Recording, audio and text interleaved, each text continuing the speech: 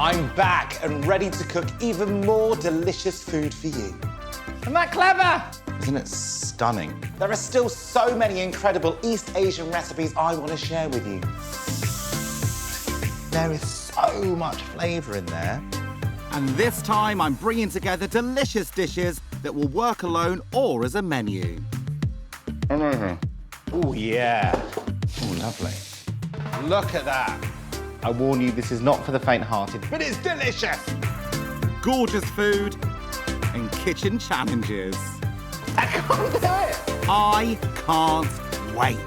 It's time to get your wok on. Boom!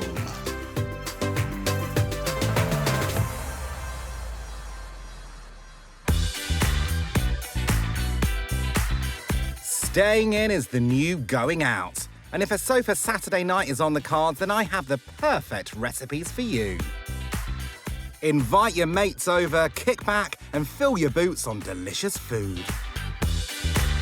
For me, creating a menu of snacky foods, the most important thing is they've got to be simple and they've got to be really, really quick. So I've got 3 delicious recipes now that work all together, but actually you can just dissect them and you can just have them when you fancy them. A delicious aromatic egg and roasted potato curry. Followed by a sweet peaches and ice cream treat. And biscuits you just won't be able to stop eating. But kicking things off, a crowd pleaser you'll be very familiar with. So the first dish, you're gonna know as much as you know your family. Prawn toast. I load these bag boys up with extra prawns to make them really luxe.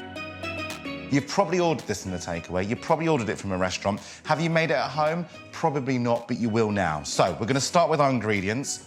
Fresh prawns into a blitzer. Okay, super, super, super easy. I'm not even gonna devein them, don't tell anyone. And we're gonna season it up. Now you've gotta remember, prawns are very, very light in flavor. We don't wanna add too much to it. So I'm gonna use a small amount of garlic. Then I'm gonna go in with a small amount of ginger, and I'm using about 1/4 of an inch. A pinch of salt, a pinch of white pepper, a dash of sesame oil, a dash of light soy, and then I'm gonna separate an egg, and I'm just gonna use the egg white, and that's gonna be my bind. That's gonna hold this whole thing together. To bring out those sultry flavours, a tiny bit of sugar. There's hardly anything there at all. That's just gonna promote the sweetness in the prawns. Tiny bit of alcohol, tiny, tiny, tiny Shaoxing rice wine. And my dad doesn't do this, but I add it in because I'm defiant. So as you can see here, these are really, really light flavours, and that's because our hero is the prawn. And it's as easy as that. The base layer is a kitchen staple. I'm gonna use a classic white loaf, and I am so happy because I love this stuff. I was brought up on this. I much prefer this to a wholemeal. I much prefer this to a granary. In fact, for me, white bread is happiness in a packet. Now, I have made probably over 10,000 of these. It's so easy. You put your prawn on and just spread it on. It's as easy as making a sarnie. I'm throwing in a cheeky whole king prawn for each slice for that bougie touch. All this prep is great to do ahead of time. And then when your guests come over, you might be watching the footy, you might be watching one of your game shows, you might be watching the Eurovision, which is more likely for me. And then what you do is just get them out the fridge, whack them in the oil, and it's a really beautiful little treat for everyone. Way better than just opening a packet of crisps. Although I do like crisps.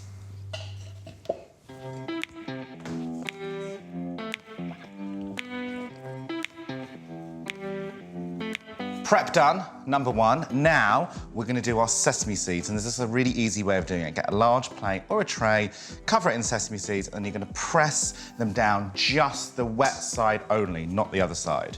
And it's as easy as this. Done.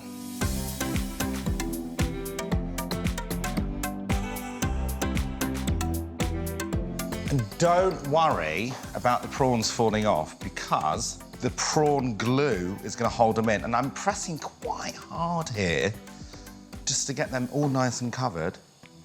And those bad boys are going nowhere. Once those are all done, it's time to fry. So I'm just going to test how hot the oil is now by dropping in a bit of bread. And you want it to do that straight away. You don't want it to colour straight away. If it does, it's too hot. You just want it to fizz, fizz, fizz. And what we're going to do is we're going to place them the bottom side down first, OK? So that's going to go in. And then we're going to gently press them into the oil. Now, prawns and fish will cook really, really quickly. So you don't want it to be too hot.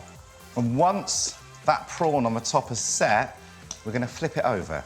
And so we're going to then get the prawn side cooking in the oil. So look at that, it's gone already. The bread's cooked. They don't take too long at all. 1 chopstick, 2 chopstick, 3 chopstick, 4 chopstick, 5 chopstick. Right, done. And look at that. You should all be the same colour. Homemade luxury prawn toast. Yum.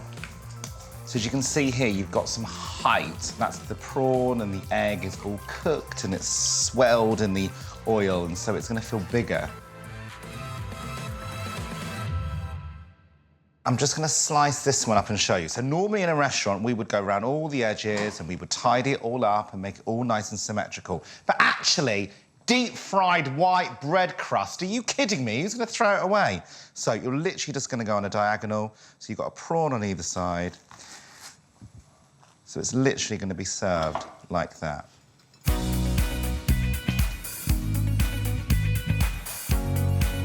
So there you have it, prawn toast on thick white bread, deep fried. There is nothing that you're going to eat in front of a TV better than that. A little bit naughty, but oh my days, it's worth it. Perfect. Prawn, white bread, and nutty sesame seeds, deep fried. Boom!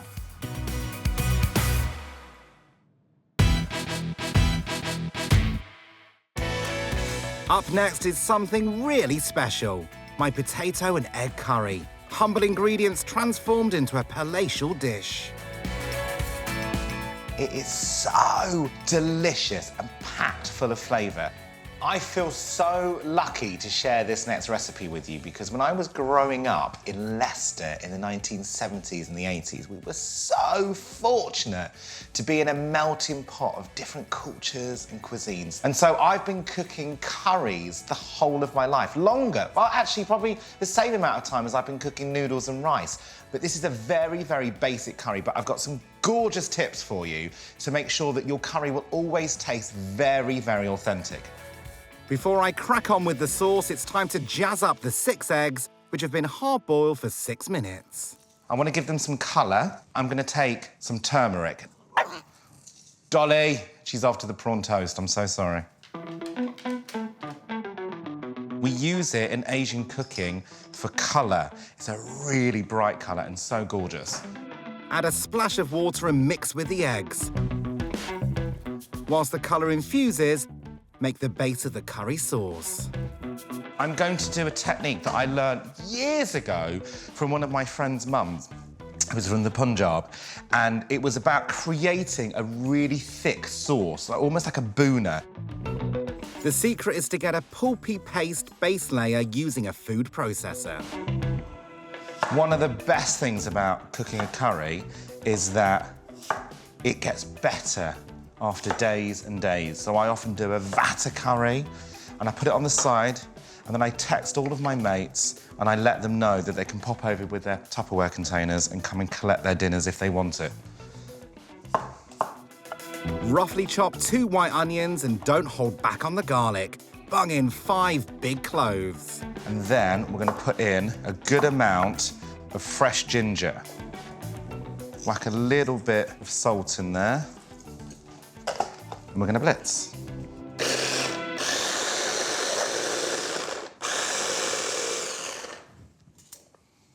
Oh, hello. Okay, so that is our onion pulp done. Super easy. Hi, Papa. We're making curry. Okay. When it comes to creating your own curry spice mix, you have got to use your instinct. It's subjective. So you work out what works for you. So let's start whacking in our spices. The first thing is we're going to put in some green cardamom. 2, 4, 6, 8, 10, 12. I just guessed it. It's about that. And we're going to just break those down. The flavour is inside the husk. And you get these tiny little cardamom seeds. Then I'm going to throw in some more turmeric. This is colour. I'm going to throw in some garam masala, about a tablespoon. Some ground coriander. Then I've got here some cumin seeds.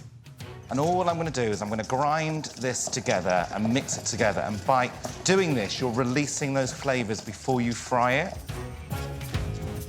Chuck in a green chilli for that much-needed heat. Then it's time to bring all these fabulous flavours together. Into a saucepan, a glug of oil. I'm just going to use a plain vegetable oil. About 3 tablespoons of oil there. Dolly, enough now. Daddy's working. Come on. Go on, come back after the curry's cooked.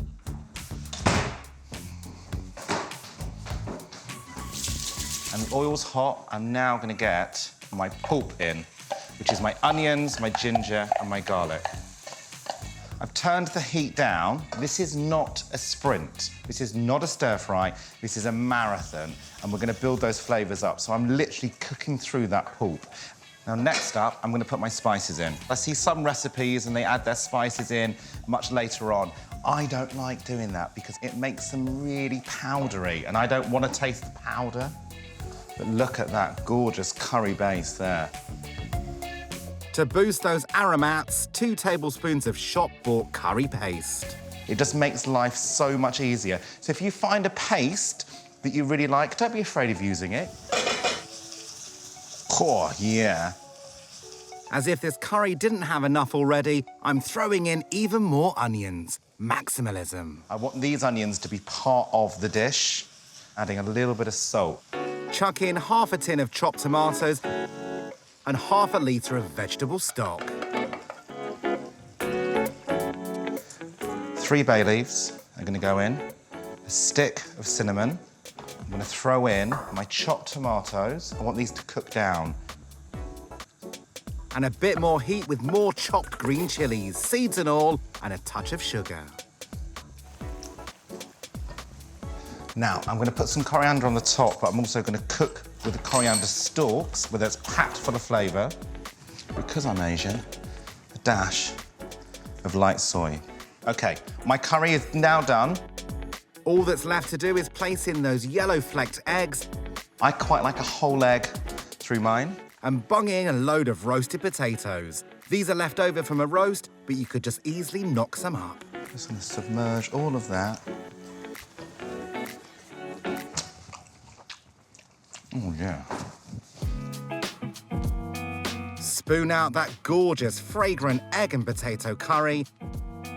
Sprinkle with a little fresh coriander and dig on in.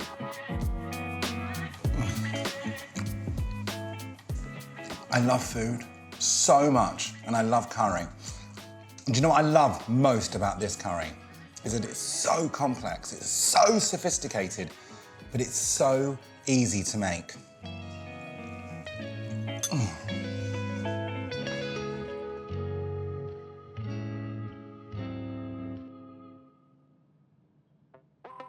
To follow on from my crispy prawn toast and gorgeous curry, it's time for a sweet hit. I'm going to show you now some really simple Asian almond cookies. They are so delicious, but the best thing is they are so quick to make. They're really flaky, they're full of flavour.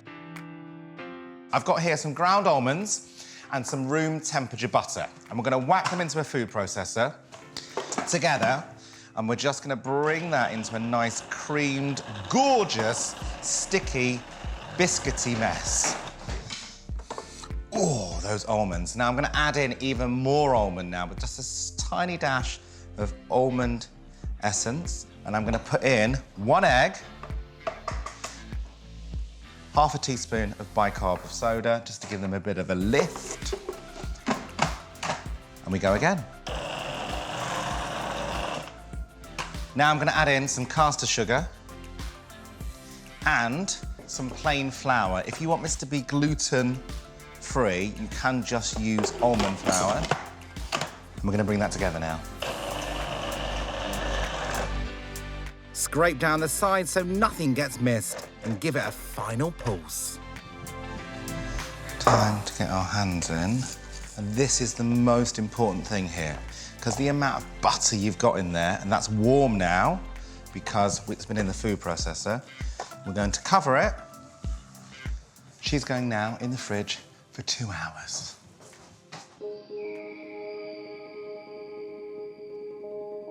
This has been chilling for 2 hours in the fridge, and it's now a cold, still very, very sticky consistency. And what I'm gonna do now is I'm gonna just make these into balls.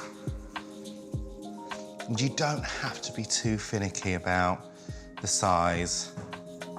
As long as they kind of look the same, it's okay. Some people will, of course, weigh them out.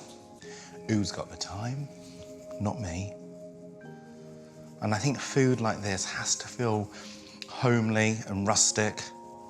There's nothing better than opening up a tin of homemade biscuits and they're all kind of slightly misshaped, all slightly odd.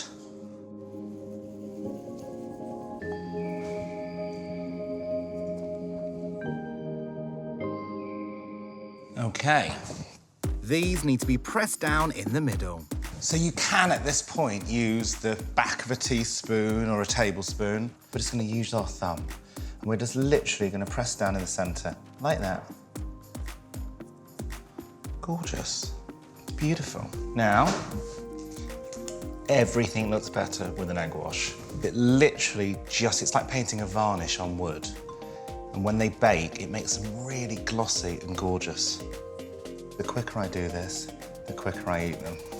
So rewarding. To make these biscuits extra eye-catching, I'm styling them with some flaked almonds. Tap them into place with the back of a spoon, and that's the biscuits done. So, 13 minutes at 160, fan, and these bad boys will be ready.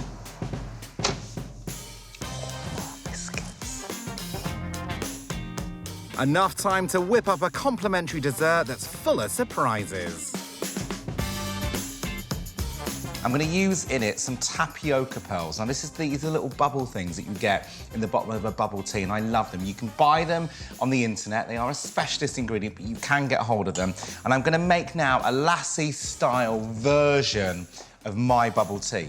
So the first thing I'm gonna do, tinned peaches. I love tinned fruit. It reminds me of being in the restaurant. We use loads of it. So I'm just gonna blitz that.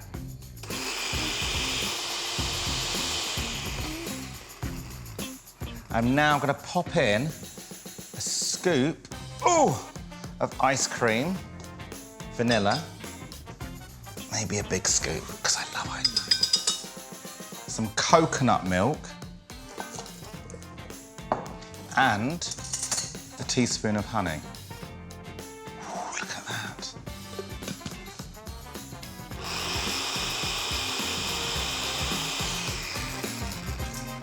And give that a little taste, being very careful, of course.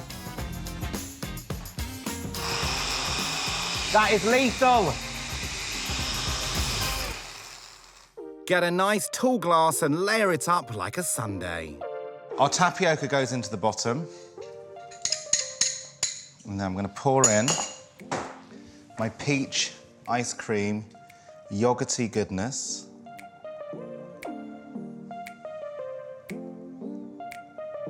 My mouth is literally watering. And I'm gonna top it with some pistachios and some freeze-dried raspberries. It is so simple, but it is gonna go perfectly with my almond biscuits. That is sensational. Smear that on my body. Don't worry, you can stick with the straw. Those biscuits are smelling like they're nearly done. There we go.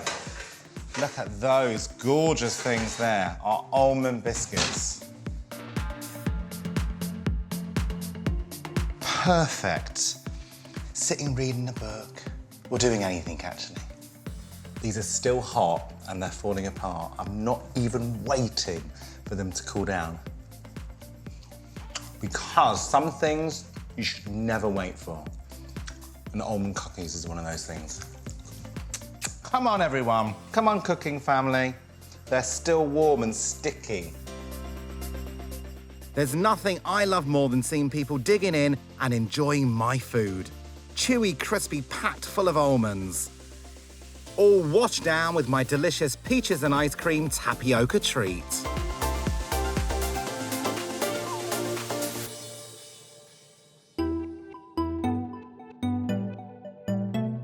When we're cooking at home, it hasn't got to be a massive event. It doesn't have to be a dinner party, but every single meal you should love and enjoy the process, but of course the eating, whether that is prawn toast, crispy bread with sesame seeds, or a beautiful, very simple egg and potato curry, or an almond biscuit and a beautifully sweet ice cream sundae. It's entirely up to you how you eat it, just make sure you do eat it.